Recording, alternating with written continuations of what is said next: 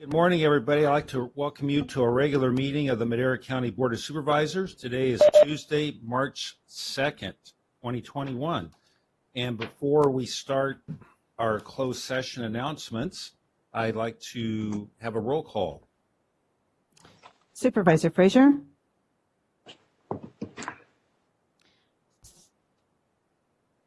Supervisor Gonzalez. Here.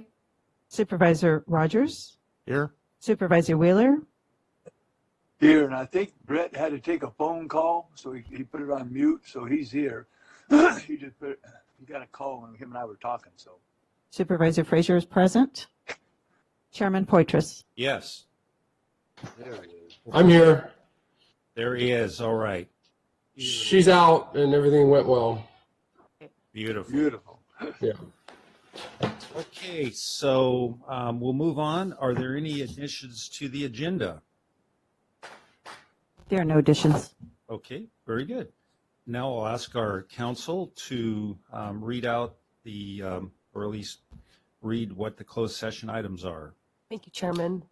On closed session today is a conference with your labor negotiator, Director Alba Gomez, and Susan Carter. The employee organization is all units, and that's under Government Code Section 54957.6.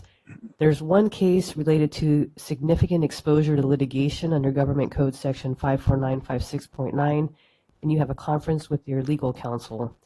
And last, under Government Code Section 54957, the public employee employment of your Director of Behavioral Health Services is on the agenda. Thank you. Very good. Thank you very much. And are there any members of the public who wish to comment on the closed session items? Seeing none or hearing none, we will convene to closed session. Thank you. See you later.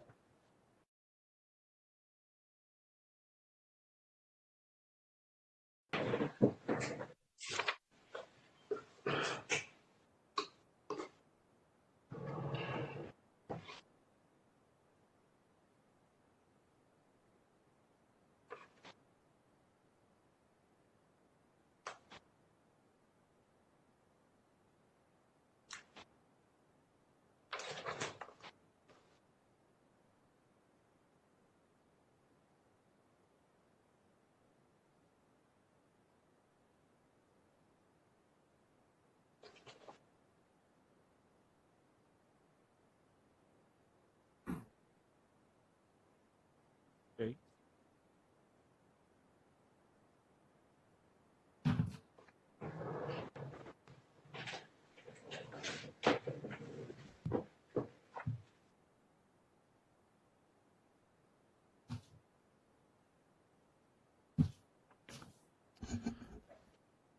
Okay, very good. Good morning, everybody. I'd like to welcome you to a regular meeting of the Madera County Board of Supervisors. Today is Tuesday, March 2nd, 2021. And the first thing I do before we ask for a report from closed session is I will ask for a roll call to see who's with us. Supervisor Frazier. Absent. He just joined. Supervisor Gonzalez. Here. Supervisor Rogers. Here. Supervisor Wheeler. Here. Chairman Poitras. Yes. Supervisor Frazier. Here.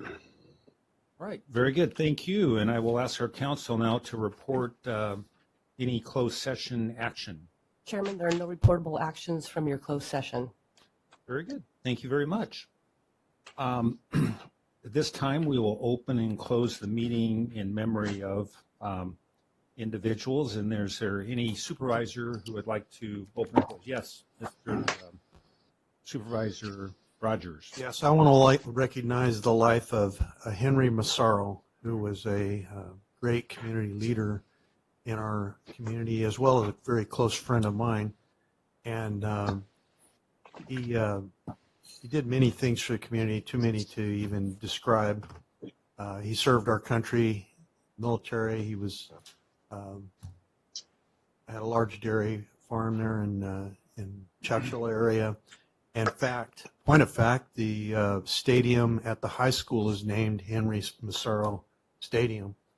So even before posthumous, he was just a very great, gregarious individual, very wise, sometimes quiet, and when he spoke, you listened because he had something literally to say and need to be heard. So we will miss Henry, and our prayers and love go out to Steve and the rest of the family in this time of loss. Thank you. Are there any other people? Yes, I've got a couple, Supervisor Wheeler. Mr. Chairman. Yes. I two close friends, actually, I've known forever, almost since I've been up here. Glenn Overstreet was the first one. He used to be a state trapper, and he owned land right next to Wiley's there at the Circle W Ranch in North Fork, and great hunter, hunted with him, done a lot of things together over all the years, and his daughter Nancy Buck still live, and her husband still live in North Fork, and his wife was a great artist too, and she's still doing that, I think. The other one is really closer, I guess, Charlie Horn Finch. It's Csharley. Bill Horn used to be the district ranger in North Fork, and early 50s, and then he was a realtor when he retired from the Forest Service in North Fork. I bought my first place from him. I sold my first place too, also, that my staged off antiques through him. And his daughter Charlie married a Mike Finch. They got divorced, but they had some great kids. And Mike and I done a lot of hunting together. And Charlie went to school and got her teacher's credential and taught at North Fork until she retired. And she both of them passed away, and they're going to be surely missed. I mean, Charlie, all the kids she taught in North Fork, they all thought she was a great teacher, and I did too, being on the school board with her and overseeing what she did. Was a great teacher, great people who are going to miss out of North Fork. So Madera County. Thank you. Thank you, Supervisor. If there's no other memorials, we'll now move to the invocation and pledge of allegiance. And we have Pastor James Kendall from Grace Community Church that's going to lead us in the invocation. And I would like to ask, I see Andrea Soldati in the back, and I would ask you to lead us in the pledge. Thank you.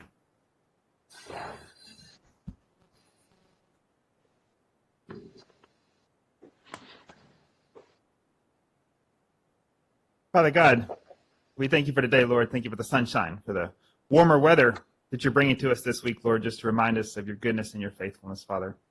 We thank you for how you've been working, Lord, in this past year in all of our lives, Lord. We thank you that things are improving with the virus situation, Father, that it's going away, that the hospitals are starting to empty out, Lord, and that you are doing a mighty work there. And we ask that that would continue to be the case, Lord, that you would protect lives, that you would help the kids to get back in school, Lord, that you would help businesses to get back open, Lord, that you would help us to come through this time stronger and more unified than ever before, Lord.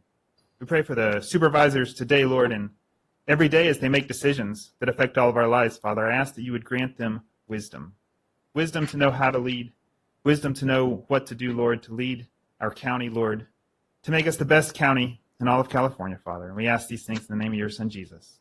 Amen. Amen. Thank you.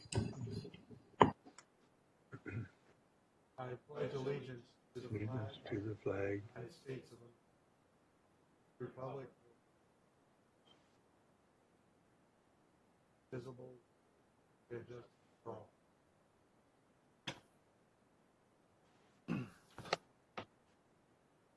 Okay, thank you. And we will move into public comment. Just a reminder to everybody, the first 15 minutes of each regular session are set aside for members of the public to address the board on any matter under the jurisdiction of the board, but does not appear on the agenda. The board will not take action on any items presented under public comment, and speakers are limited to 3 minutes. Anyone addressing the board is asked to print their name clearly on the speaker sheet at the podium and state their name and county of residence for the record. So are there any members of the public wishing to provide public comment? I have some. I can't see in there if there's anybody coming forward, but I have some after. If Okay. We have one I individual do too. moving forward here. Good morning, Mr. Chairman, members of the board. Andrea Soldati, Deputy Director with Public Works. I wanted to give a quick update on our utility billing system. It is back up and operational. Phone pay and web pay is now back and operational, so customers can continue to make phone payments and web payments. As always, mailing in checks is still acceptable, and there is still the lockbox available. The February bill and the March bill will be sent out as two separate bills, and they will be mailed out by the end of the week. Anybody with questions or comments, those can be directed to Public Works. Thank you. Very good. Thank you so much. Supervisor Frazier. yes, this is a joyous one. I just wanted to let everyone know that my Chief of Staff, Melissa De Silva, as of yesterday, had been working for us for 5 years. And I just wanted to thank her publicly for everything that she's done for me, for the residents of District 1 and all of Madera County. We're so lucky to have her. I know there are days that without her, I would be utterly bamboozled, flummoxed. I just can't tell you how important she is to the organization, but to me, I'm happy to have such a wonderful friend, working alongside of me and for the people of Madera County. I wish I could have been there today, but I believe Letty has something there for her from me. And I just wanted to thank her. Whoopee, whoopee, whoopee. Well, it looks like there's going to be a formal presentation here. The presentation of the flowers. The Rose Parade. Yeah. Yeah. Thank you very much. You're embarrassing me. That's what I'm here to do. It's a pleasure to be a part of this county. We love you, Melissa. Thank you so much, Brett. That's great. Rob, I just wanted to announce that this Thursday, the 4th, from 4 to 6, I have a Zoom job fair. We've got all kinds of businesses that's going to have jobs available. And then from 6 to 8, I have my work town hall. And it's going to be, I think we're going to have some interesting stuff. So 2 big things going on Thursday afternoon and evening. So thank you. All right. Thank you. Very exciting. Thanks for mentioning that. If there's no other public comment, we will move on to the consent calendar. And I believe there's a couple items that are going to be pulled. Mr. Trieber, you're going to be announcing that item R is going to be pulled, I believe, and potentially F. Yes, thank you, Mr. Chairman. Matt Trieber, Chief of Development Services. I would request that the board postpone item R. That's or number 7108. It's in regards to Sumner Hill, Tesoro Viejo, and the county. We will be bringing that back. I anticipate next board meeting next week. The Sumner Hill Homeowners Association is just meeting with their residents to secure the last signature on that document. So we'll have it back before the board. We anticipate next week. Okay. Very good. Thank you. And then we'll be pulling item F. But, yes. Now, F, I just wanted to talk about Rob, if you're saying that about F. Yeah, actually, Supervisor Wheeler, we're going to pull it and move it to next week. There's still one minor issue with the backup. It started with when we copied it, it didn't copy over quite right. So Maria's going to come up and give us a quick update on that one. Good morning, Mr. Chairman, members of the board. Maria Castro, General Services. Yes, there's 2 errors on that item. We corrected one, but there's still unfortunately one on the backup. So we'd like to push that to the 9th. It's a quick error we can fix. One of the subcontractors' quotes doesn't quite add up to the architect's summary. So we just want to make that correction and get the 2 corrected. Okay. Thank you. I saw that and I had a couple other questions, but I could wait till next week. No problem. Okay. Thank you, Maria. Very good. Thank you. And are there any other items that a supervisor would like to have set aside for special comment or elaboration, clarification? I'll move to approve accepting items F and R and after public comment. Okay, we have a motion and A second. we have a second. Are there any comments from the public regarding the consent calendar? Seeing none, we'll have a roll call vote. Supervisor Rogers? Yes. Supervisor Gonzalez? Yes. Supervisor Frazier? Yes. Supervisor Wheeler? Yes. Chairman Poitras? Yes, Vote passes 5-0. very good. Thank you. Moving on to discussion items, 6A, discussion and consideration adopt a resolution appointing Connie Moreno Peraza as Madera County's Director of Behavioral Health Services effective March 8, 2021. Move to approve. Second. There you go. Second. We have a motion and a second, but let's go ahead and have before we vote, go ahead, Elba. I wanted to take a moment to present our new nomination for appointed for the county's Director of Behavioral Health Services, Connie Moreno Peraza, and she's here. She wants to say a couple of words. Good morning, buenos dias. I'm very excited to be here, and I'm very, very thankful to all of you for this opportunity.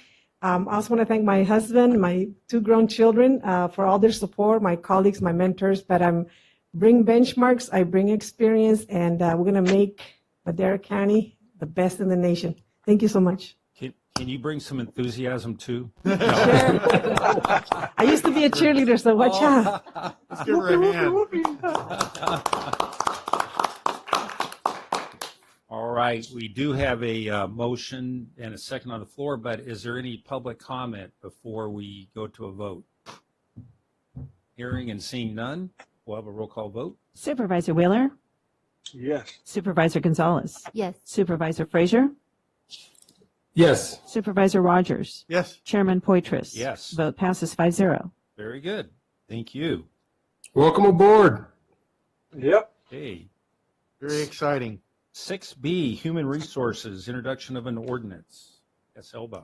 Okay, so thank you, Chairman Rogers. Elba Gomez with the Department of Human Resources. So one of the big tasks that Human Resources has taken on this year is to review our ordinances and kind of plan our project to start revising them. And so this past year in 2020, what we did is, in coordination with the county administrative officer and our county council, is developed a policy review committee that was going to help us ensure that we were updating the ordinances and had some input from different constituents in updating the ordinances. So last year, probably in the middle of July, August, we created a policy review committee that was composed of elected department heads, appointed department heads, a mid-level manager, a commissioner, and a board member. And just so you know who they are, our electeds are Becky Martinez, our Tyson Pogue, Sally Moreno, and Todd. Our elected officials are a part of that committee. And then our appointed individuals are Chris Childers, Tanya Say, and Deborah Martinez. We also have our mid-level manager, who is Maria Castro, who participates on that committee. And our commissioner is Bill Atwood, and our board member is Supervisor Brett Frazier, who's participating in that committee. So what we're doing with the revisions that we have is we share them with the policy review committee so they can give us our feedback on the changes that we're doing. Michelle and I are primarily making the changes and making revisions and going through all of the ordinances.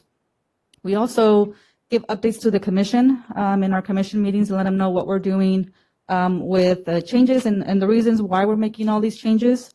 And so what we did this time, we sent the changes to the Policy Review Committee in January 12th, with a deadline to get feedback on February 9th. After that date, then we shared the changes with all the unions. Theirs was sent to them on January 28th with a deadline of February 11th for their feedback. We did have 2 unions that requested a meeting to discuss the changes. The unions were the Peace Officer Association and then the Deputy Probation Officers. We met with each of them, and the changes that you see here today do incorporate some of their suggestions. We also, before we actually made the changes, we met with County Council and asked them for their feedback on all the changes that we're making. So here today is really what we're presenting to you to update the ordinances. And really what the changes are going to do is help us be more efficient in the work that we're doing with the civil service. So you'll see a lot of the changes that are referencing the director and bringing it back to the director to make sure that we're making changes in our office that allow for more diversity in our recruitment processes, allow our applicants to the ability to really review their exams, meet with us, and have more of an opportunity to know how they're going to go through the recruitment process. And the specific chapter 8 regarding the leaves is really kind of bringing the privacy back into our office. There's a lot of items that are presented to the commission, specifically with leaves, that we think sometimes that are on the borderline of disclosing information that shouldn't be disclosed. So we're bringing that back into our office. I do want to note that any of the changes that we're making here today that are being brought back to the director to make the decision are appealable to the commission. There's a specific section in the civil service rules that can only be changed by the voters, and that section specifies that any changes or any decisions made by the director can be appealed to the commission. So that was one of the issues that unions had, is they felt like a lot of the stuff was being brought only to the director, and the director was only going to be the one that made the changes. And we emphasize, no, anything that we do, the applicants or employees will still have the chance to appeal. So we want to address that with you today and give you kind of a history of how we're doing our work with the ordinances. So this is just the initial 3 chapters. We still have over 30 plus chapters that we have to review as part of our project with the committee. But we felt like these changes are needed, specifically with diversity issues that we have with our applicant pools. It will allow us a little bit more opportunity to diversify our pools and do more outreach in our recruitment processes. Very good. Thank you. Are there any questions of Elba? Yes, I would like you to go over page 261 to 265, page 272 to 279, and page 282 to 283, and explain to me why we're making those changes. And the problem is, I don't have a copy of it. I read them last night on my iPad. My iPad has now got the Zoom meeting going, so the only way I can feel that I can do it, since I don't have a copy of it, is to have you explain them to me. I'm sorry, Supervisor, which sections were you talking about again? It's almost all your red additions and subtractions. It's page 261 to 265. That's the first one. Okay. So what I'll do is I'll start through each chapter. I'll start with chapter 5, which is the first recommendation that we made changes to. So what we're doing with chapter 5 is in the examination process is really updating the information to make it clearer for applicants to have the ability to know what they're going to go through in the examination process. Right now, we do our recruitments, and then after the fact, they go to the commission, even after we already started the recruitment. And so that process really needs to change to bring it back a little bit more to the department to have the ability to review our announcements and make plans before we're doing a recruitment. So really, the first part of the changes is Rule 5.1, which is scheduling the examinations. It's really making sure that we're doing a recruitment plan before we actually post the recruitments, and make sure that the applicants know exactly what they're going to go through in the application process. And this, so you're saying that the department will go through it first before they advertise it. Yes. And then when advertised, that will be part of the advertisement so that the applicant can see that? Yes, so they would know if they're going to have a written exam, if they're going to have an oral board exam, when the exam's going to be, what date, so that way they can start planning it out ahead of time. If the exams are going to have different weights, and then their ability to actually review the exam with us after they take the exam as well. So that's part of the process of updating that in the recruitment plan and allowing applicants more of an understanding of what they're going to go through in the application process. Right, that makes sense. The other section is section 5.2, which is the nature of applications. So the nature of examinations is really talking about what type of examinations we're going to be doing. Typically, from coming in here to the county, we've used oral boards as most of our examination process. Well, oral boards are not applicable to every single job. And so what we're trying to do is make sure that we're testing appropriately for the position. So if we have, for example, a position requires to be more hands-on, it's really maybe focusing on creating an examination that really focuses on doing a hands-on examination, maybe changing the light bulbs or changing something that's specific to that position and not necessarily focusing on what somebody can say. So that's really what that's focusing on, is kind of explaining more on the different types of exams that we're going to be doing for the county. In other words, we're checking their skills instead of their speech. Yes, correct. And then one of the sections that I thought was important to add on the nature of examinations is it's really conforming ourselves with the EEOC Uniform Guidelines on Employee Selection Procedures, which basically specify that we should be reviewing our exams to make sure that we're not discriminating on any of our applicants or internal employees. That essentially means that after each exam, we're doing an analysis to make sure that no impacted group is in there, that female versus male is not impacted.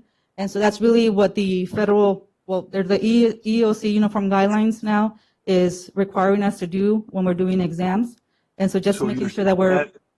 That'll be after the exams? Yes. Well, what good is that? So what happens is, for example, you're doing a multiple choice exam and you have applicants, all of the applicants answered the same question wrong. That question is invalid. So usually what you're supposed to be doing is taking those questions, removing those questions that are impacting the group, because now it's causing disparate impact or disparate treatment for the applicant pool. And so it's a very common thing to be doing now when you're doing exams, and it conforms and meets the standards of the EEOC Uniform Guidelines on Employment Selection Procedure. So we're supposed to be doing analysis of each exam after an application process. Well, did we ever have a written exam before? Yes, we do have them. We have them for our peace officers, as well as our entry-level applicants. Our office assistant ones, they'll do a multiple choice exam. But we use them for a variety of classifications if it's needed for that classification. So I thought you said in the previous paragraph that we didn't do that. We were going to add that. Yes, we're adding that now. What we're doing now is making sure that it is described in the rules that we are actually following the guidelines from the EEOC. I understand that, but I thought you said that the previous paragraph that we didn't do exams, and now you're saying, I asked you, do we do exams now? And you said, yes, the sheriff and one other department. And I apologize. I misunderstood. So really, on the nature of examinations, what we're doing is describing more of the exams that we're going to be doing. I think what I said is that we do more oral board exams than we do other exams. We were focused on doing more of the oral boards. And what we're trying to change our focus is to moving more into doing skill set exams or different types of exams that are not necessarily just focused on oral boards only. Yeah, well, that makes sense. I mean, I just, I don't know why. I mean, when I picked Maria, I picked her and another woman out of 48 people, and I couldn't figure out which one I wanted, so I had them do a written job for me, Right. And that's how I picked Maria. So I think that's important that we have that in there, but I didn't know that we didn't have that. There is times where a position will call for a different type of exam. So maybe a high-level analyst position will require you to come in and do a specific project, and present that project as part of the examination process, as well as That's doing an what I oral did board. after- Yes. I did that after the oral, right? Okay, next. The next area is really kind of just putting in writing that we're going to check IDs, admission to an examinations, that we're going to verify who you are. I don't believe that was in the rules before, so we really have to put on there that we have to verify somebody's identification. Let me keep going here. Then Is that Section 5.5 doesn't really have any changes. Section 5.7 was removed because we moved that area to Section 5.2, which is discussing how we prepare exams. The Section 5.9 was also removed because we don't have unassembled examinations. All our examinations are assembled. And what then does that mean?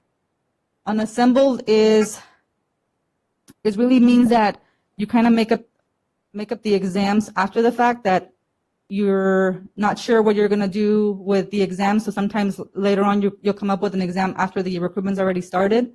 And so really what we're doing is developing the examination process beforehand, before the announcement is actually posted. We already have a plan of what the recruitment's going to look like and the exam as well. Is that law or something, or? It's validating the examination process because and this is from past experience in other places, is that if you don't have the exam ready, you can look at your applicant pool and potentially say, oh, I'm going to sway the exam a certain way just because I saw what the applicant pool looks like. And essentially, really, you should be focusing the exam on the requirements of the job. And so that should be done at the beginning before the announcement is actually posted. That could happen, I guess. The other sections is just really updating a candidate from an applicant. What page you on now? Mine doesn't have specific pages. I'm looking at the specific rules, so I'm on section 5.7, identification. I just wrote down the page number, so that's all I have in front of me. So go ahead. Is So it in red? Is it in red? Yes. Okay. So I'm on Thank you, page Jay. 260. Hold on one second. Let me go back. Page number 262, section 5.7, which talks about identification. We're just changing an applicant to a candidate. A candidate to an applicant. So an applicant only becomes a candidate when they're placed on an eligibility list. At that point, they become a candidate. So anytime before that, they're still an applicant. So we're just updating the language to make sure that it reflects what they are. Okay. Veterans preference was also updated, and this is an area actually that the unions had a question on. So we've been giving percentage points to our veterans instead of actual points that they're supposed to be getting, and so we're updating it to make sure that the benefit that they're supposed to be getting, which is 5 points or 10 points, is described, and so that's the update that is there. Yeah. And section 5.9 examination scores. It's really talking about what the minimum passing range is for our applicants to move forward in the examination process. We had to describe how a score is put together, what the weights are, and what is the minimum standard that the commission is going to accept once we pay somebody in the eligibility list, which is 70%. And that's what it is now. We're just updating the language to make sure it's clear. The language, you mean? Yeah. The other section is 5.10, which is the weights of the examination. So we have to be clear in our announcements to let applicants know what a weight of the examination is. So for example, if we have a recruitment that has a written exam and an oral board exam, and the written exam can be 30% of the overall score, and then the oral board will be 70%, giving them 100% when they're placed on the eligibility list. So that's all of that area is doing, is just describing what the weights will be of a recruitment. The next section is 5.11, which is appraisal board interviews. So that's just moving the section down a little bit because it wasn't the top. It didn't make sense of where it was organized in the ordinance. So we moved it down after we talked about the scoring process. The only significant change on the appraisal interview is really making sure that our raters are also knowledgeable of what the process should be. We're going to be doing training now with them to make sure that there's no bias when they're doing their interviews. The other area that we added on there is that members of the Board of the Supervisors or Civil Service Commission should not be part of the oral board exam because it's still a test. So that way we're doing that now, but we just needed to make sure it was clear on that rule. And Section 512, which is tied scores.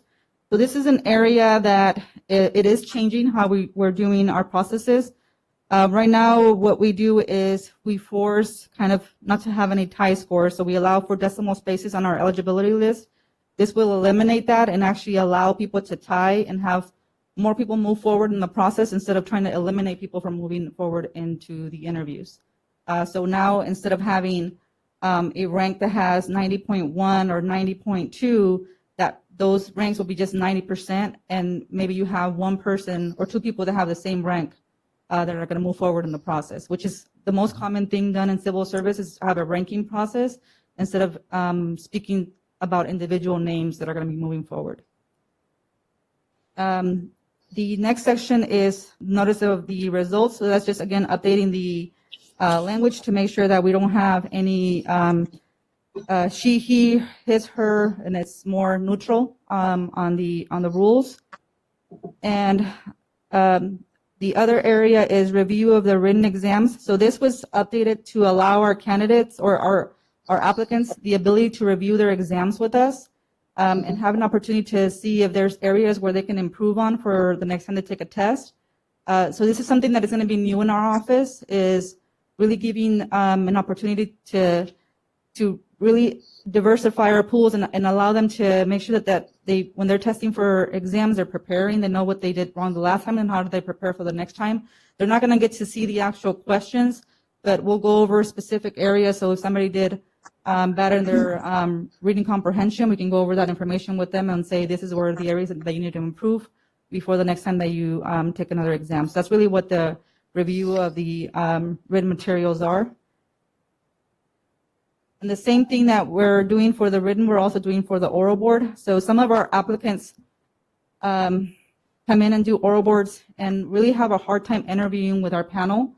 What this will do is Section 515 is reviewing the appraisal board interview materials, is really allowing the applicant to come in and hear what the panel maybe suggested for them to be able to improve for themselves when they come in and do an interview later on. And that's really allowing the applicant to better themselves and start preparing themselves for a recruitment process.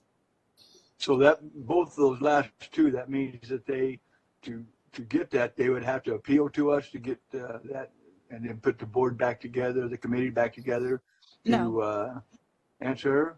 No, what they would do is they can submit a request to meet with one of the analysts in our office and just review the areas that they probably did really good or areas that they did not so good. How would the analysts know? Because we have access to all of the exams in our office.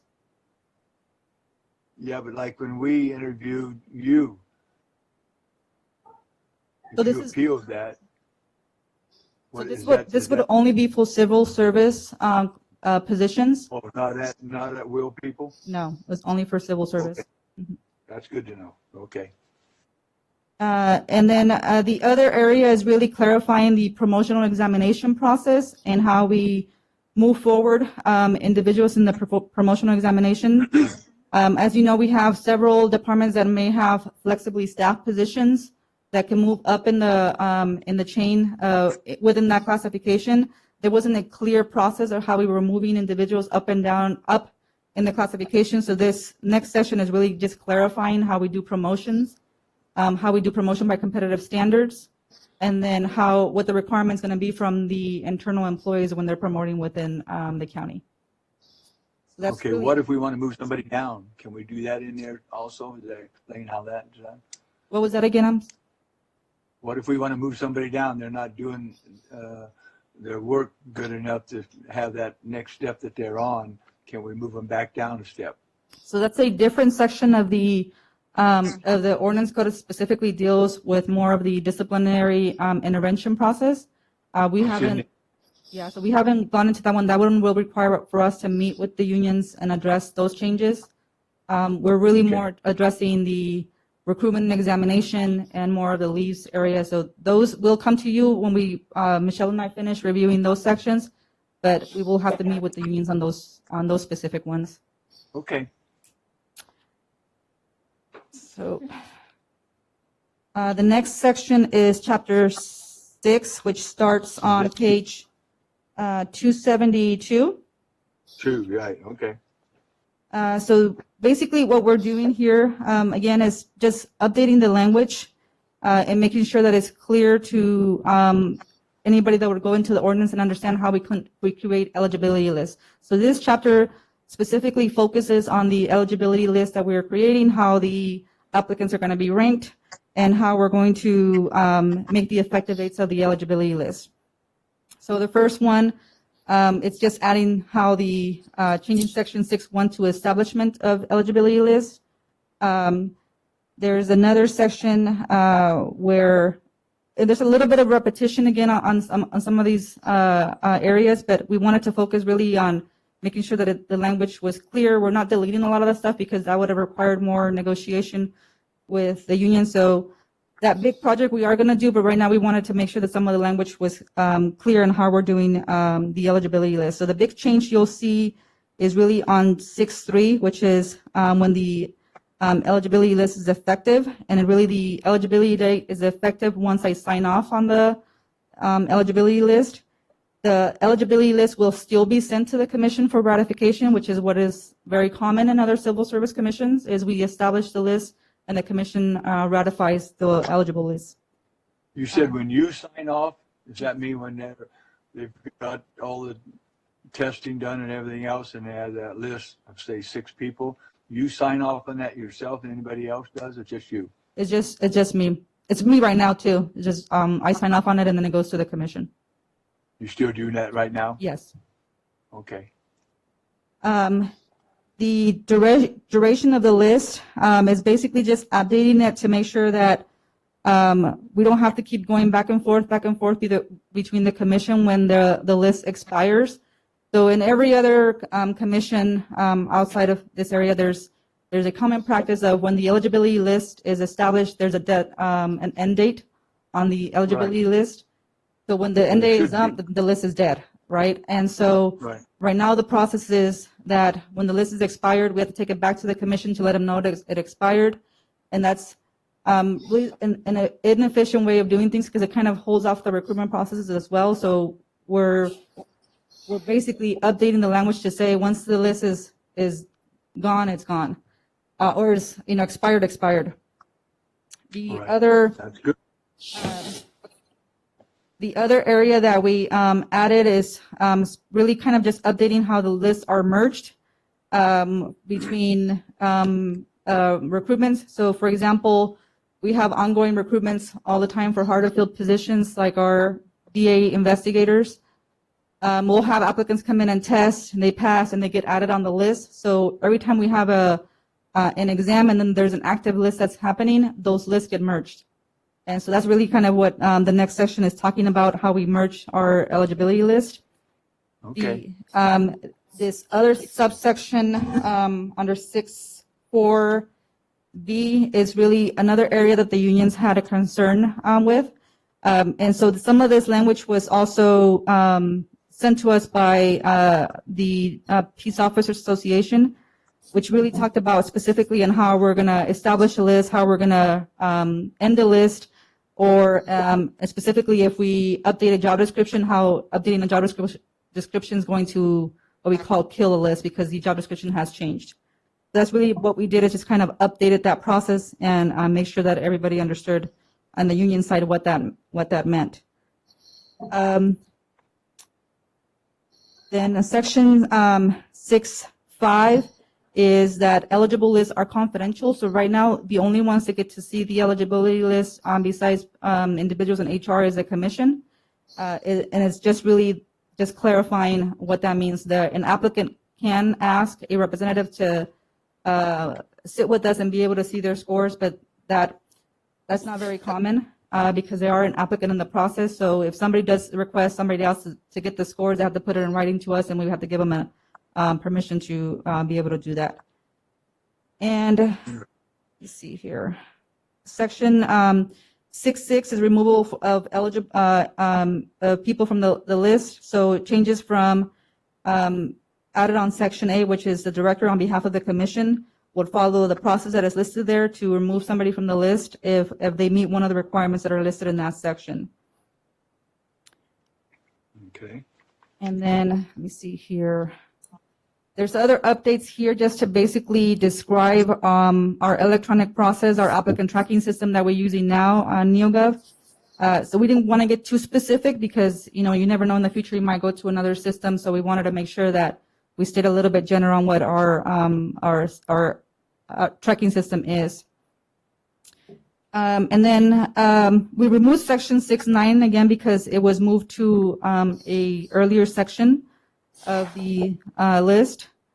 The new section 6.8, which is waivers, we updated this section to make sure that there was time limits. One of the complaints that we had from departments is that when we referred a name for hiring to the hiring manager, people would waive and waive and waive and continue to waive, and there was no penalty for individuals waiving to interview for a position. So in other areas of civil services, even the state merit system has a 2-waiver process. So if you waive 2 times, after the 3rd time, you're removed from the list. So we kind of modeled the state on that process, where an applicant can waive 2 times, and then if they waive the 3rd time, they will be removed from the list. Okay. On the new section 6.9 requisition is just updating the language to what we're currently doing with our system. And section 6.10 is a new rule, and this is really, I think, one of the biggest changes that we're doing is instead of doing 5 names, we're doing 5 ranks. And again, this is kind of modeling what the state does, what most other civil service systems do, is where they describe the ranking process of referring a list. So now when we refer a list, we're gonna talk about referring the top 5 ranks, not top 5 individuals. So potentially a department can end up getting 5 individuals in the 5 ranks, or 7, or whatever ends up being, and that's really helping with the diversity of our application process, ensuring that more people can get in to apply for jobs internally or externally. So, Elba? Yeah. This is great. So that's the one that I had, I was just looking at it, I thought it could be problematic when we're trying to get 5 applications, that could take months on a continuous recruitment.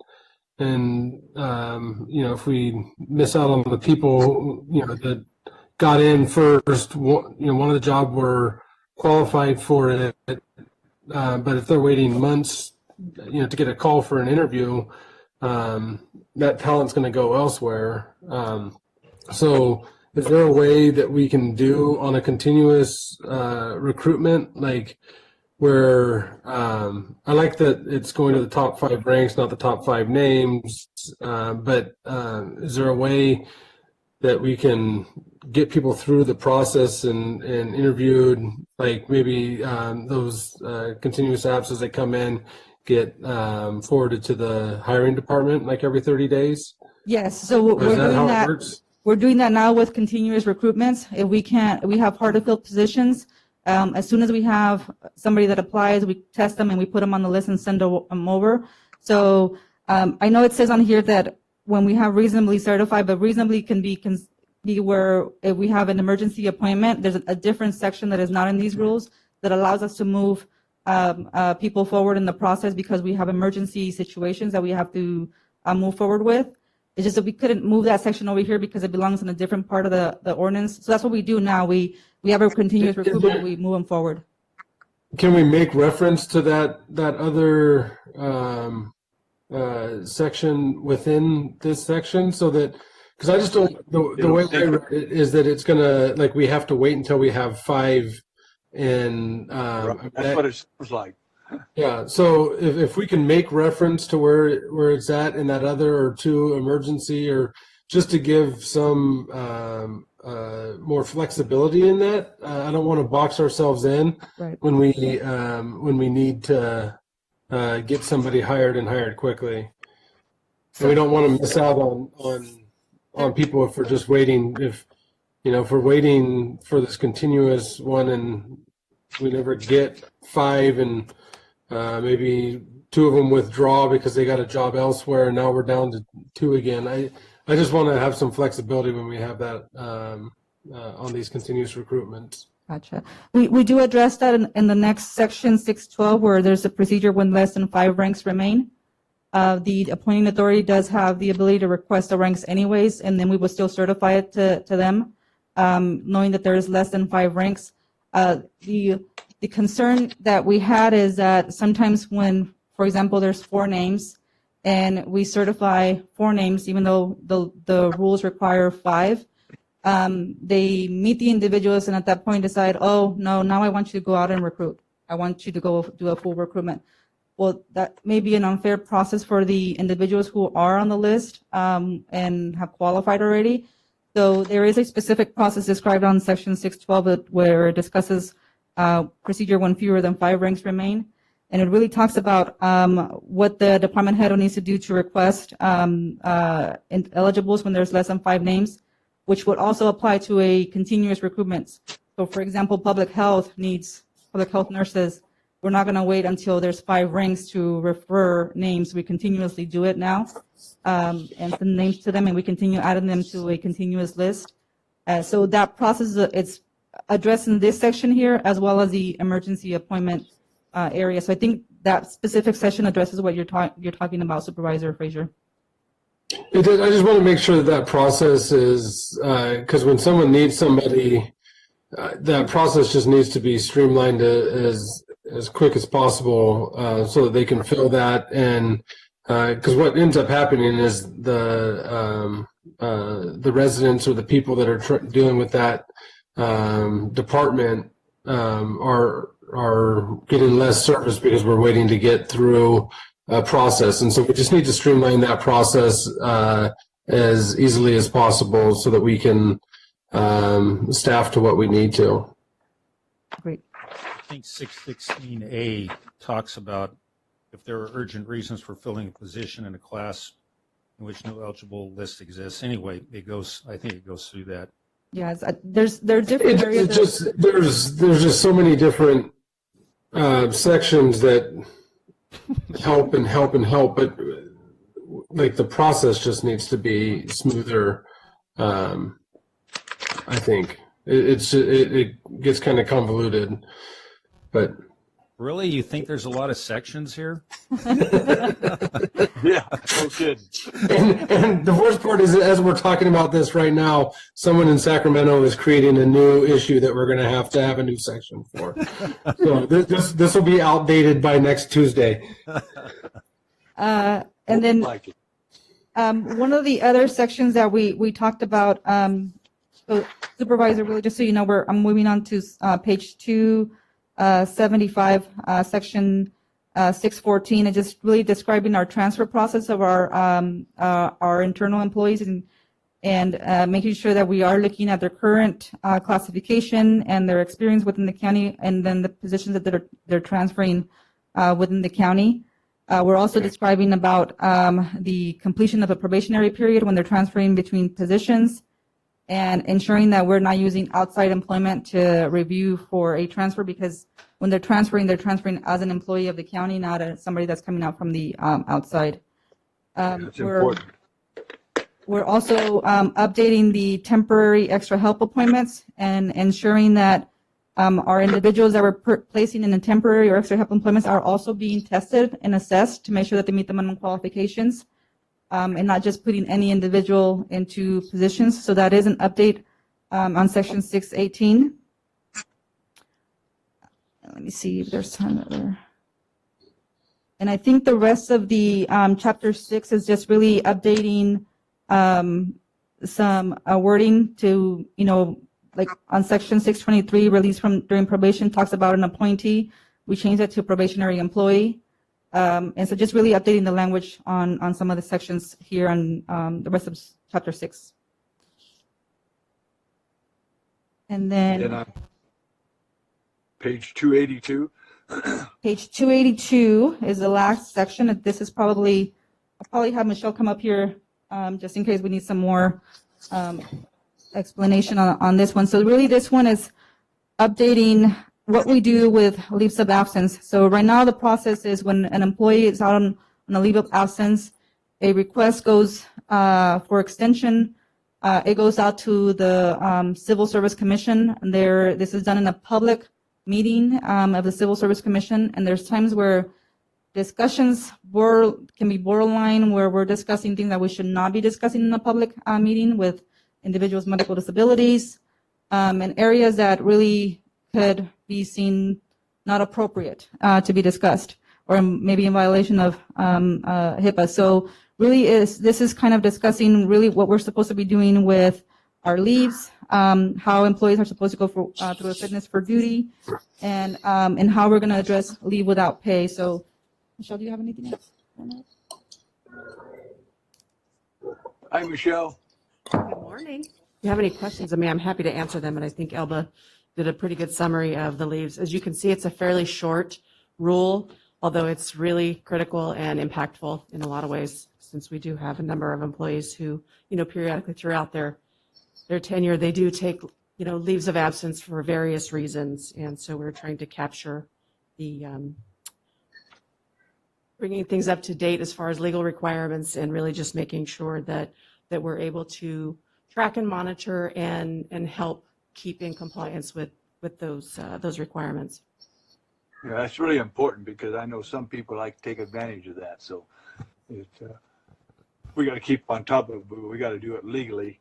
I didn't realize that some of that stuff in the civil service so that when they do have a civil service hearing, is that open to the public?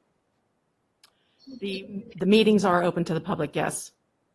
And so that's where it comes in play, where there might be personnel stuff that you shouldn't be saying then, huh? That's correct. When we're required to take those to the commission right now, it's a balance, of trying to make sure you share enough information with the commissioners to make that decision without, Can they go in closed session? providing too much information. They can't go into closed session? Supervisor Wheeler, they cannot go into closed session because the commission is not the appointing authority, the board is, or the appointing authority is a department head. So the commission doesn't have, and Regina might correct me on this, but the commission doesn't have any appointing authority regarding those items. And it's not really an appeal that goes to them or as a hearing, it's just an extension of a leave that's done with the commission. So the concern is that, there's times where, especially me coming in and seeing what was sometimes being discussed is potentially you're discussing about an interactive process with an employee or some type of medical things that are happening with the employee that shouldn't be done in a public session because it is a personnel matter.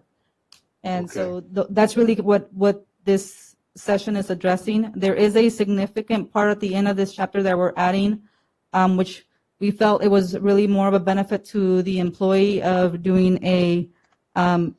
placing an employee on a 24-month reinstatement list. I think you may be more familiar with education where they do the 36-month reemployment list. This is really for an employee who cannot come back to work. Maybe they're going through cancer treatment, and those can take a long time and they can't return to work. So really they can go on a 24-month reemployment list, and maybe within the 24-month period they get better and they can come back to work in a position that they would be eligible to. Again, they would have to go through the interactive process, submit all the doctor's notes that we do now, but it wouldn't go to a public session where you have to explain to a public board how you're handling a medical disability. And Supervisor Wheeler, to clarify, the commission can go into closed session, not on leaves matters. However, their legal counsel and I agree when discipline is appealed to the Civil Service Commission, so they're not dealing with leaves, they're just dealing with a disciplinary issue. Mm-hmm. They do issue Brown Act notices, 24-hour Brown Act notices, and go into closed session to talk about the specifics of a certain discipline appeal. So you do have the ability to go into closed session, but not for the regular session agenda items, which deal with leaves of absences. So that balance has to be struck. Just Okay. to be clear. That makes sense. Thank you, Elba. That explains it to Thank me you. very well, and I think the public should know all this stuff too. So I appreciate it. No problem. And Supervisor. when you do those other updates on those other ones, those other sections, We're if you could, working on Michelle and I have about 40 chapters that we have to review of the ordinance. So we're trying to, with the policy review committee, kind of come up with a timeline of what chapters we're going to review, because there is language that is in other sections. As you know, there's a section for the civil service rules that has to go out to the voters, and we can't make changes to that. So we have to be we have to be careful in how we update other areas that it doesn't impact that section that we can't change. yeah, well, if you could get me, before the board meeting, if you could give me a copy of it, separate, email it separately or something so I can print it or whatever. Will do. I can go over it. I would appreciate it. Supervisor Gonzalez. Yes, thank you, Elba and staff. Thank you for the thorough update. And I just want to, for the public's knowledge, has this come before the Civil Service Commission? Are they aware? Have they been notified that these updates are coming? Because what I hear is a lot of the authority is being shifted from the commission to the director. And so I just want to make sure that they're okay with it, and also look at the big picture, and that we don't have just one person who has sole power and authority, that there's some checks and balances as well. Correct. So yeah, so we at our meetings with the commission, we have a staff report section that we present to the board. The commission has not seen the rules because the commission doesn't have the authority to revise the rules. That's only to the board. So that's why we asked one of the commissioners to participate in the policy review committee, so they can review those changes with us. But we do provide feedback to the commission in our staff reports and say, look, we're making changes. These are coming. On the 16th meeting on the 16th, we are going to actually present the rules to them after the board officially has approved them, so that way they know we have our planning commission meeting this month. There's other items the commission wants to address with us, and so we're really bringing the finalized version so they have that in front of them. But they are aware. We make them aware every single month that we're making changes, or that these are coming, and that they know that what we're doing in our department as well. So, yes, we are keeping them updated on that. Thank you. Mm-hmm. Very good. Are there any other questions from supervisors? If not, are there any members of the public who wish to address this item? Seeing none, we are now open for action. Move to approve and, oh, no, I'm sorry, waive the first reading and set the second reading for March the 9th, 2021 at 10 a.m. And thank you for all that work, all the people who's on those committees. Thank you. We have a motion. We have a second, Supervisor? Second. Okay, we have a second. Roll call vote. Supervisor Whaler, Yes. Supervisor Rogers, Yes. Supervisor Frazier, Yes. Supervisor Gonzalez, Yes. Chairman Poitras. Yes. Vote passes 5-0. Very good. Thank you. Moving on to 6C. This is an opportunity to receive an update on COVID-19 and current vaccination administration status. And we have Dr. Paul here to provide that information. Yeah, Chairman and members of the board, thank you for this chance to give you an update. And I think it's worth noting today is the one-year renewal in the state of emergency for COVID-19, which to me is actually pretty stunning. And if you look back, it has been an emergency. It's been an emergency for many of the kids who kept out of school. It's been an emergency for large numbers of our families, both economic and for their mental health, which is something we have a hard time assessing. It's also been an emergency for a large number of businesses throughout the county, and also clearly it's been a public health emergency. We just looked back at our numbers for 2020. We've had 171 deaths from COVID, which makes it the #1 cause of death in Madera County. And if you look back, almost all of that happened in the last 6 months. So if it had been going on for 12 months, it would have been way ahead of that. The impact has been disproportionate, clearly by age, also by employment. We have 2 to 3 times the risk of death in people who work in agricultural areas.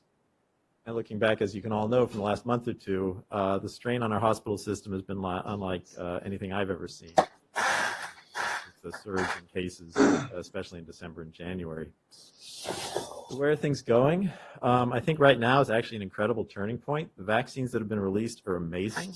I think nobody expected them to be available so soon and to be so effective. And I think that big picture gets lost in the details. You know, you see reports about how you still have to wear a mask because maybe there's a small chance that you could transmit the virus.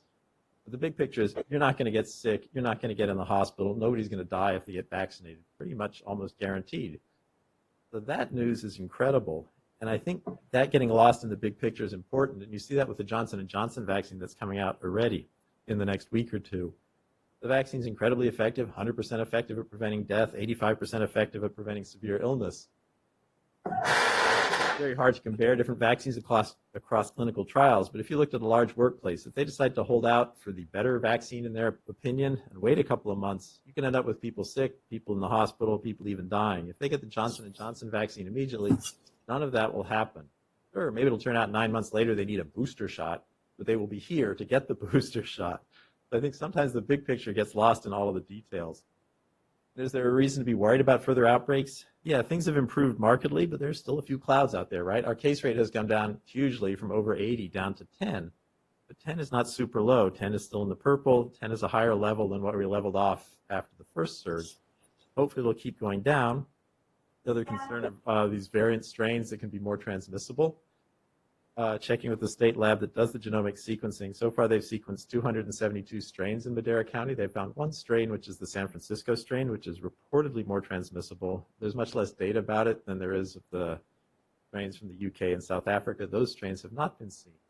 But while the numbers have come way down, like I said, there is still some concern for these other strains and the level of spread in the community. So it really, really puts the pressure on trying to get the vaccine out as fast as possible.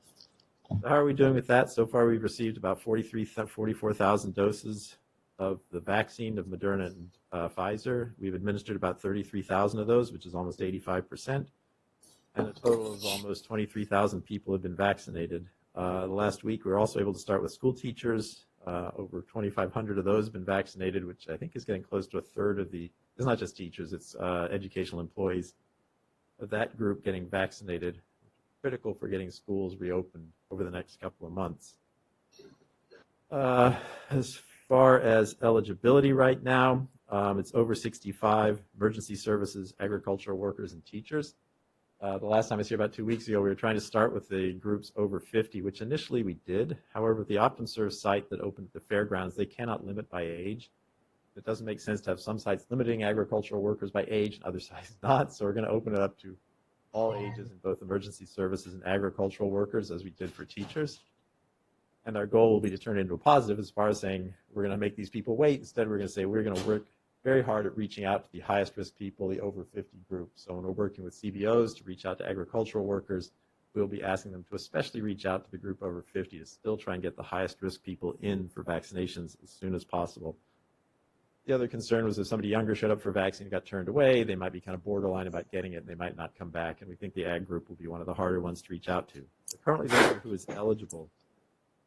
Two complications right now are the state's systems for tracking what's going on with the vaccine. One is the transition to Blue Shield for allocating the vaccine. They're taking over the allocation last week. Nothing has really changed with that except now we get an additional allocation at the OptumServe site. However, that contract is complicated and it's in the midst of getting approved. The other big change is switching over to the state scheduling and running the clinic system, MyTurn, which was supposed to happen this week. We have run clinics using MyTurn. It has some pluses and minuses, but it's already impacting us because we have second dose clinics that are due to be scheduled. And we have to decide whether they're going to put into MyTurn, which has some problems getting those in, or to continue with our old system, PrepMod. And we already have people who are coming up in their third and fourth week who are they're about a week away from being due for their vaccine, calling to find out when they can get their appointment. So hopefully in the next day we can get those appointments in one system or the other and emailed out to people because we do not want 4,000 people calling us in the next week or two for their second dose appointment. So that's where we're at with the eligibility. As far as just the big picture, the tier status, we are still in the purple. Again, it's because of our case rate at 10.5. I think it has to be below 7, but they're announcing possible changes to the tier system. First of all, our case rate may keep coming down. That would get us into the red. But the state has also discussed, they have not planned, made it official. But once the state gets to a certain level of vaccination, maybe they'll raise the community transmission rates to allow you to move into a lower tier at a higher rate of transmission because fewer people would be at risk now that we've reached a certain level of vaccination. And they've said probably they will do that based on statewide vaccination rates getting over 10 million, and right now we're at about 9 million. So changes like that could happen fairly well as soon. And the last thing I'll finish on, as far as guidance, there's a million questions coming up, and I think there's going to be a lot of revisions to the guidance, whether it's about graduations, events, sports, outdoor gatherings. They're rapidly revising all of that, trying to take into account vaccination rates and better use of masks and much better understanding of risk of outdoors versus indoors. So there's a ton of questions pending about that, and hopefully over the next 3 to 4 weeks we'll get new guidance from the state and make it easier for people to plan events and things like that over the next couple of months. Those are the main points, and I'm happy to take any questions. Thank you, Dr. Paul. Are there any questions of Dr. Paul? Yeah, you answered most of mine, and I appreciate all of it, especially the different in age at certain locations for the ag workers, and someone sign up at CBS. And but on those harder to reach groups, are we going to be doing any work with maybe different farms, or have events where they're at, taking it to them? And then how has it been going in terms of pre-existing conditions? Has there been any feedback from doctors or people on how to get through that process? Those are the two questions. Yeah, to end with the pre-existing conditions. So 2 things. All pre-existing conditions age 16 to 64 become eligible on March 15th. But what we're referring to is we created a process for people who have really extreme medical conditions, not just something on the list, but something on the list plus, like you have COPD and you're on oxygen, or conditions that aren't on the list that are very high risk. So we created a process for that, and it's been rolled out at Valley Children's, Madera Community, Camarena started doing it. We at the county are doing it for people who aren't at one of those institutions. We're getting about 20 to 30 referrals a day and approving about half of them. I haven't got feedback from physicians if there's confusion about how it works. We realized initially we hadn't reached out to the doctors in Fresno where many people get care, but now we're getting referrals from docs there as well. So it's working well, and it becomes irrelevant in 2 weeks. So I think it's great we got it off the ground. We have some cases that clearly it was great to get them vaccinated right off the bat. But again, in a couple of weeks, everybody will become eligible at all of the sites, which will make it simple. I was surprised. I thought we were going to get many more referrals, and it was going to be hard to sort through them. But we're getting mostly reasonable ones for people who really, really clearly need to be vaccinated. The numbers aren't overwhelming. And sorry, what was the first question? The first question was about getting out to the harder to reach groups like the ag workers, taking it to maybe where there's big groups that we can get instead of having them come to us, or how do we do that? And then I actually was reminded of one more question after that, so go ahead with that one. Okay, so I won't remember the second. Let's do one at a time. The ag workers, we were doing different things. One is working with community-based organizations to sign people up, and we've also come up with a system for people who are in between jobs, can't have ID to show they're an ag worker. But if a CBO knows they work in ag, they can give them a letter, and that will be adequate for them to get vaccinated. So that's one kind of outreach. There's also other groups like Camarena Clinics, I believe, also has contracts with certain ag workers, and they can reach out either to go to the site, to have a mobile site, or to schedule a day for people to come into their site. For us, we've started doing mobile clinics, and that's been very successful in other counties, so we hope to be able to do that as well, go to work sites and vaccinate a whole lot of people all at once. That also is, we're waiting for the computer system we do it in to be fixed. That's one of the big holdups in my turn, is you cannot block out a special day for something. So you don't know how quickly we'll have to switch to that and when that capability will be available. But we're already doing mobile clinics. We've done them up in the foothills. and we hope to be able to do those at workplaces as well. Great, that's perfect. So let me know when that comes up, and I think all of us supervisors should then reach out to the different groups that we know to try and set those up and get them out. And then one thing, in terms of the guidance on like senior living facilities, most of them are 100% vaccinated now. All the residents and staff are close to. What levels does it need to get to where they can open back up? Because you talked about the mental health for all of us, and for a lot of these seniors who aren't able to see their families, aren't able to interact outside of it, the rest of, it's pretty closed down, and you just see it taking a huge toll on their mental health to not be able to, get a hug from a family member. And so just want to know, what's the threshold? When does this stuff open back up? At what percent of our population needs to be vaccinated? What percent of a population within an area like that needs to be vaccinated to have some normalcy? Yeah, that was the question. One of the school superintendents like, when does this madness end? And I said, June. So yeah. It takes a little while for two things. One is they're being super cautious in skilled nursing facilities. Almost all of the residents have been vaccinated. Actually, an ongoing issue is how do you get new residents vaccinated? And that's also where something like Johnson & Johnson can be helpful. People can get vaccinated as they're leaving the hospital, and they don't have to find a place to bring people to get their second dose. Very hard to do mobile clinics for 2 or 3 patients. It's very hard to transport some of those patients to get vaccinated elsewhere. Most of the residents have been vaccinated. The uptake in staff hasn't been as good. It's 50, 60%. So we're trying to outreach to those groups to educate them on the importance of getting vaccinated. But you see, even with the new quarantine guidance says if you've been vaccinated, completed all your vaccinations, you do not have to quarantine if you're exposed, unless you work in like a skilled nursing facility because it's just such a high-risk environment.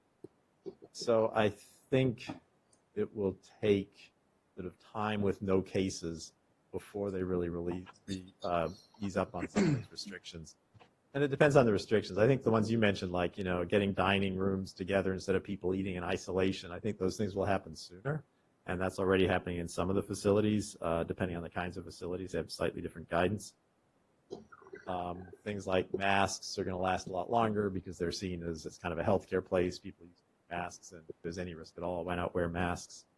I think visitation and, like I said, dining rooms and things like that will open up over the next month or so. That depends on the case rates, their testing frequency, and things like that. They're also very highly regulated, so they don't have much flexibility about following the rules. EMS and PH. It's just sad. Yeah. I think that the governor of New York wrote a book over the summer about, and I think he's got some advice on long-term facilities, how to handle that. So, but you may want to read that. Supervisor Rogers. Yeah, almost like Dr. Kevorkian here. I'm assuming that when you say the vaccines are effective, it's based on data, and I was wondering how that data is being collected. Is there a nationwide system, and how are, it's a short time frame. How can we be certain that this is going to be the end all? Yeah, I mean, most of the good data is from clinical trials, right, where they are following everybody, and that's why they get these 5%, 100%. Once things are released, then for any side effects, there's the VAERS system, vaccine event reporting, so that easily gets reported.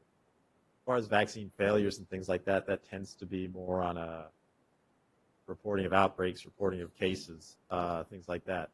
So like right now for genomic sequencing, they will prioritize sequencing anybody who's been vaccinated who still seems to get infected because they want to see if there's variants around that will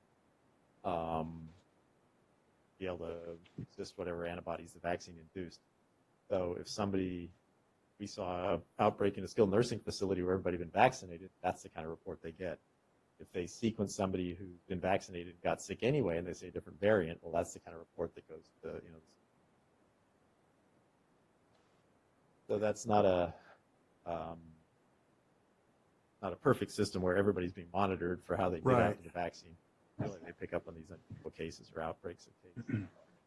You mentioned Johnson and Johnson vaccine, and I know that some of the others are higher in their prevention, but you said it was 100% on death. So various vaccines have different, apparently a different forte. And is there one that stands out any more than the other as far as you can see? I mean, Yeah, well, the hard part is they didn't, they were done in different countries with different variants and things like that. So it's hard to, it's sort of an apples and orange thing, what people say. Unless they're compared head to head, it's the same thing with medicines. They compare two medicines. This one's a bit better than that one, but they weren't compared head to head. Maybe they did a better job taking the medicine in this trial and that trial. So, where it was given, the level of community spread, all those things make a difference in those kind of numbers. So they all look great. Like I said, you can get the Johnson & Johnson now, maybe you get a Pfizer booster in 6 months, right? So yeah, the best one you can get is the one you can get, as people keep saying. And unless you compare them hard head to head, unless there's a huge difference, it's really hard. Because like what you said, it doesn't make sense that one would be better at preventing death and another preventing mild sickness, right? Right. Presumably they all work the same way. Right. They're all making antibodies to the same thing. So it's kind of the luck of trial. Right, I get you. Thank you. All right, very good. Are there any other questions of Dr. Paul? Tom? Yeah, thank you. Yeah, great job, Dr. Paul. I think you guys have been doing a great job getting this out. I seen the controversy yesterday about waiting 28 days for the Pfizer or whatever you call it vaccine. Is there we're going to change that, or we're going to still keep it to 28 days?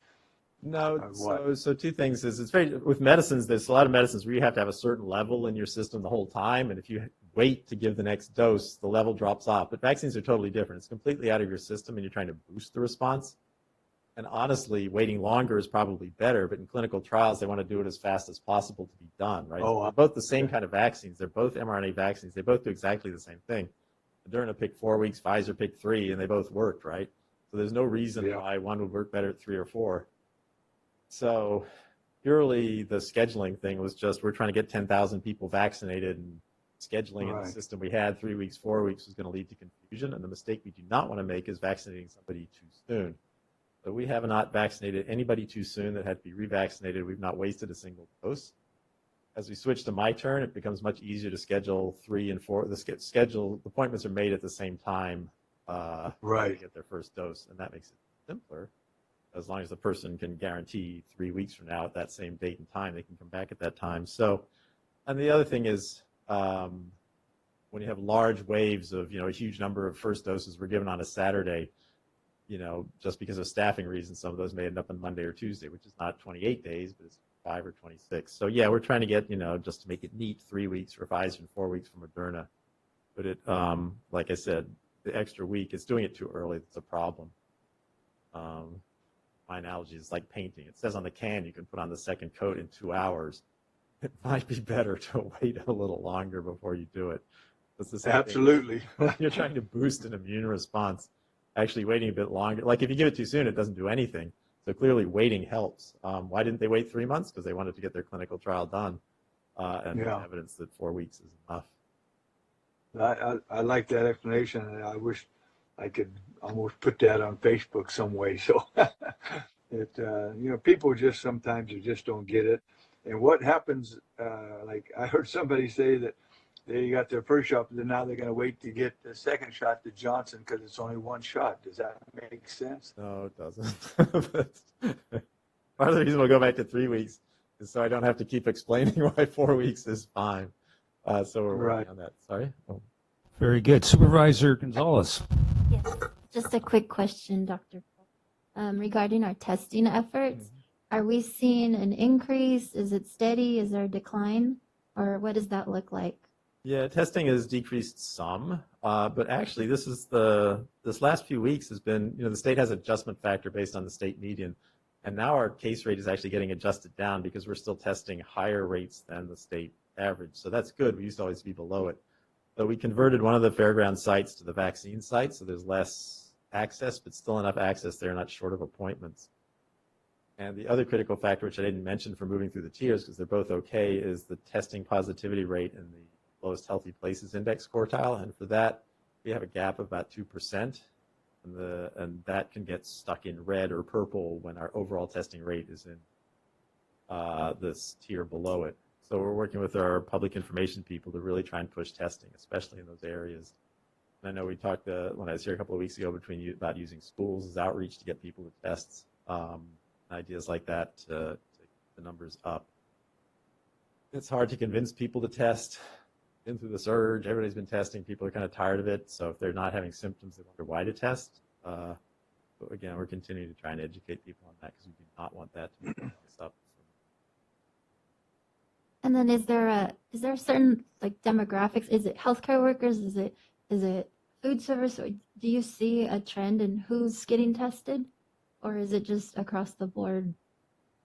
I haven't seen it by employer. The only thing I've really paid attention to is in the Healthy Places Index area, that the percentage of positivity was a bit higher, but that doesn't mean the test rate is lower. That's always been a more concentrated area for the virus. So that's the area we've been focusing on reaching out to. In that area, I don't know specific groups, because your point is really important. A lot of our testing can be surveillance testing, like everybody in the skilled nursing facility testing every single week. That can contribute pretty significantly to the volume in Madera County, right? And none of that is what we're thinking of, which is somebody at home deciding to go get a COVID test. Hospitals are required to test everybody, and now for youth sports that reopen now, they're going to recommend that the teams, coaches, and staff all get tested every week, all in the purple. Is it possible to make a recommendation? Anyone getting a COVID test? I mean, anyone getting a vaccine get a COVID test? Is that possible? Yeah, we thought about it, but the only thing we didn't want was people who thought they had COVID coming to the vaccination site. We wanted to keep those two groups separate. Thank you very we much. did something like that with flu. Did COVID testing with the flu vaccine, and that actually worked. Keep thinking about it. Very good. Any other questions of Dr. Paul? Yeah, I mean, so maybe not while they were coming in there, but I guess some of the people that, we call them and can you get down here in 15 minutes because we don't want to lose the vaccine. But if they have a scheduled appointment, if they came in maybe the day before to get tested and then come in for their appointment the next day. No, it could be done. Part of the issues are just staffing. It takes a lot of staff to run the clinic. Just getting that off the ground, adding another element to it would be. Or maybe they don't want to put it up their nose anymore. So, yeah, okay, just thought. No, but we're thinking, like I said, it's a good idea because it worked well for flu. So. Okay, thank you, Dr. Paul, and appreciate you spending time here today. And sorry to take up so much of your time, but we'll let you get back to what you do best. So, thank you. Thank you all for your help. Appreciate it. Thank you very much. So. Okay, moving on to 7A. This is discussion and consideration. Oh, first of all, any members of the public have any questions? Seeing none, okay. Moving on to 7A, discussion and consideration to authorize a letter of support for AB 297. Thank you, Chairman, and thank you, Dr. Paul, for that presentation. AB 297 is a bill that's been proposed. It has to do with solidifying funding for fire prevention activities, making some moderate changes to CEQA for engaging in fire prevention activities, and has some additional language on fire breaks and some things like that. So District 5 Chief of Staff McCauley and myself have drafted a letter which is before you for consideration to support AB 297. It's very important that, I think they're going to come out more and more stuff like this to help the state, try to get this under control. And this is one of the ones that I think is very important that they've drafted. So thank you, Jay and Bobby, for getting this letter out. I read it yesterday and it's really good. So it's something, team, that we got to really support. Who authored this legislation? Do we know? Yes. Was it Gilbert? Dang it, Yeah, there's quite a few folks on it. I'll read it right off of. It's introduced by members Gallagher, Bigelow, Megan Dolly, and Patterson. Co-authors are Choi, Cunningham, Flora, Fong, Kylie, Lackey, Mathis, Yarto, Smith, Valladeros, Wopal, and Waldron. And then you have 2 co-authors in the Senate also, or actually 3, Jones, Nielsen, and Ochoa Baugh. So it appears to have quite a bit of legislative support even at introduction. Very good. Yeah, the rural county. Most of- Gotcha. Well, very good. Any other I questions? move to approve. Second. Do we have any members of the public wishing to comment? Seeing none, let's go to a roll call vote. Supervisor Wheeler, Yes. Supervisor Frazier, Yes. Supervisor Gonzalez, Yes. Supervisor Rogers, Yes. Chairman Poitras. Yes. Vote passes 5-0. Thank you. Let's move to supervisor reports. And Supervisor Wheeler, do you have anything to report? Just again, that, have that job fair this Thursday, the 4th, from 4 to 6, and my town hall from 6 to 8, all Zoom. Got lots of good companies participating, and I got a lot of people who's going to speak at my town hall, so thank you. Very good. Supervisor Wheeler, I'm sorry, Supervisor Frazier. Again, I'm having a town hall. Oh. Supervisor Frazier, our brother does not answer. I'm sorry, I'm on mute. Nothing really to report except next week, the Valley Voice. Actually, tomorrow. Tomorrow. Yeah, it's the 3rd. I was starting to panic because I'm leading that meeting. So I'm sitting there going, what? Next? Okay, good. No, it's next week, Rob. A week from tomorrow. I was thinking from the last Friday, the calling, and it was always going to be the next week. So got it. Gotcha. Actually, it will be. There's going to be 6 legislators. Because there's also on the 10th, yeah. Yeah, and then 3 on the 10th. So gotcha. Very good. So we were both right, Rob.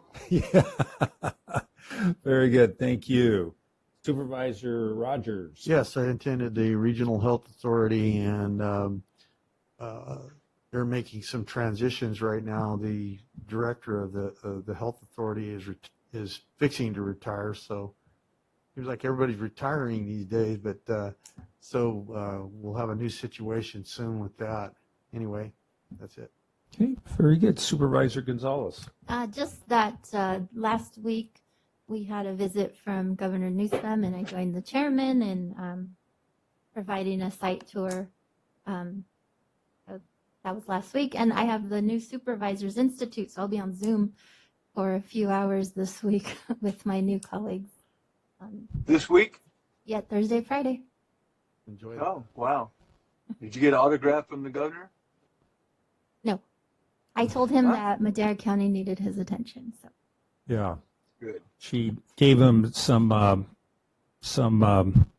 Tide for his jeans as well. He had a salsa stain or something. And then he had the same stain, same pants last week. They took a picture of him in the restaurant in Fresno, and he had exact same pair of jeans with the exact same stain on them. So it was kind of interesting. So we need to get him some Tide. So CAO Varney. Thank you. Myself, Supervisor Frazier, Matt Treber, and some other staff members went on a pretty extensive walkthrough with the San Joaquin River Conservancy about, I can't remember now if it was last week or the week before, just to discuss potential projects with ourselves across the river into Fresno County or Fresno City, and just to kind of walk through the whole area. It was quite entertaining, and we all came back with clean pants. We don't need any Tide. Thank you. It is amazing how beautiful it is down there. It really is. It is. Yep. Excellent. Very good. Council Garza. Chairman, there are no report for me. Okay, thank you. And clerk of the board? Nothing to report. Thank you. Very good. Well, thank you. Great meeting, and we shall adjourn. Thank you. Thank you, Rob. You. Thank you, everybody. Thank you, everybody. Be safe. I see Emma pulling home right now. Good. Give her a hug. I will.